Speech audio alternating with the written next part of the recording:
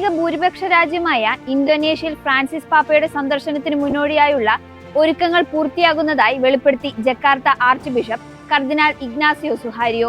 ഭൗതികമായ ഒരുക്കങ്ങൾക്കൊപ്പം ആത്മീയമായും ഒരുങ്ങിയാണ് ഇവിടുത്തെ വിശ്വാസികൾ പാപ്പയെ കാത്തിരിക്കുന്നത്. വിവിധ ദ്വീപുകളായി വിഭജിക്കപ്പെട്ടിരിക്കുന്ന ഇന്തോനേഷ്യൻ രാജ്യം വളരെയധികം സമ്പന്നമെങ്കിലും ഐക്യത്തിനുള്ള വെല്ലുവിളികളും ഏറെയാണെന്ന് കർദിനാൾ പറഞ്ഞു. രാജ്യം ഇസ്ലാമിക ഭൂരിപക്ഷമാണെങ്കിലും ക്രൈസ്തവരായ സഹോദരങ്ങൾ മറ്റുള്ളവർക്കൊപ്പം ഐക്യത്തിൽ കഴിയുന്നുവെന്നത് ഏറെ പ്രധാനപ്പെട്ടതാണെന്ന് അദ്ദേഹം അടിവരയിട്ട് പറഞ്ഞു. മണിപ്പൂരിലുണ്ടായ അക്രമത്തിന്റെ ആഘാതത്തിൽ നിന്ന് ഉയർത്തെഴുന്നേൽക്കാൻ ശ്രമിക്കുന്ന ക്രൈസ്തവർക്കിടയിൽ നടന്ന ബലിയർപ്പണത്തിന്റെ ചിത്രങ്ങൾ ശ്രദ്ധ നേടുന്നു. കുടിയൊഴിപ്പിക്കപ്പെട്ട ആളുകളെ പാർപ്പിക്കുന്ന മുൻപി എന്ന ഗ്രാമത്തിൽ ആദ്യമായി നടന്ന വിശുദ്ധ കുർബാന അർപ്പണത്തിന്റെ ചിത്രവും റിപ്പോർട്ടുകളും ഏഷ്യ ന്യൂസാണ് പുറത്തുവിട്ടത്.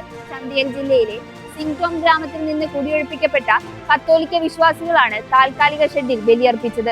മുളയും ചെറുതുണികളും പായും ഉപയോഗിച്ചായിരുന്നു ബലിയർപ്പണത്തിനുള്ള താൽക്കാലിക ദേവാലയം നിർമ്മിച്ചത്.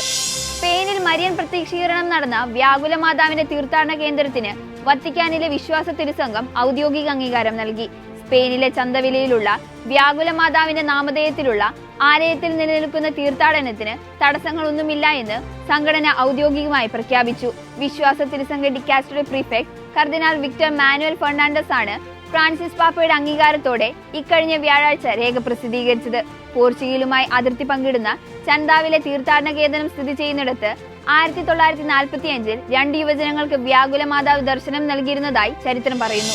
32 വർഷത്തിനിടെ തന്റെ രാജ്യത്തിനായി ആദ്യ ഒളിമ്പിക്സ് മെഡൽ നേടിയ പെറുവിയൻ അത്ലറ്റായ സ്റ്റെഫാനോ തന്റെ ആദ്യ വിജയം ദൈവത്തിന് സമർപ്പിച്ചു.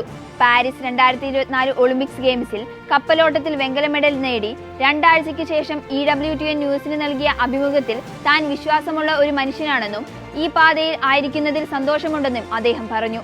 മത്സരത്തിനിടെ പ്രാർത്ഥനയിലും വിശ്വാസപരമായ കാര്യങ്ങളിലുമാണ് താൻ അഭയവും ശാന്തതയും കണ്ടെത്തിയതെന്ന് അദ്ദേഹം പറഞ്ഞു. വിശ്വാസം താരത്തിന്റെ സ്വകാര്യ ജീവിതത്തിന്റെ ഭാഗം മാത്രമല്ല, ഒരു കായിക താരമെന്ന നിലയിൽ വിജയത്തിൽ നിർണായക പങ്കായി സ്റ്റെഫാനോ വിശേഷിപ്പിക്കുന്നതും തന്റെ ക്രിസ്തു വിശ്വാസത്തെയാണ്. ജർമ്മനിയിലെ വിഡേനിൽ വിശുദ്ധ യൗസേപ്പ് പിതാവിന്റെ നാമധേയത്തിലുള്ള 58 വർഷം പഴക്കമുള്ള ദേവാലയം കത്തിനശിച്ചു. അഗ്നിബാധയുടെ കാരണം വ്യക്തമല്ല. തീപിടുത്തത്തിൽ 5 ലക്ഷം യൂറോയുടെ നാശനഷ്ടം സംഭവിച്ചുവെന്ന് റിപ്പോർട്ടുകൾ വ്യക്തമാക്കുന്നു. ദേവാലയത്തിന് മുകൾ വശത്തു നിന്ന് ആരംഭിച്ച അഗ്നിബാധ സാവധാനം ദേവാലയം മുഴുവൻ പടർന്നു പിടിക്കുകയായിരുന്നുവെന്ന് അധികാര വൃത്തങ്ങൾ അറിയിച്ചിട്ടുണ്ട്. തങ്ങൾ അനുദിനം ദിവ്യബലിയർപ്പിച്ചുകൊണ്ടിരുന്ന ദേവാലയം ഒറ്റ ദിവസം കൊണ്ട് കത്തിയമർന്നതിന്റെ ആഘാതത്തിലാണ് ഇടവക ജനങ്ങൾ.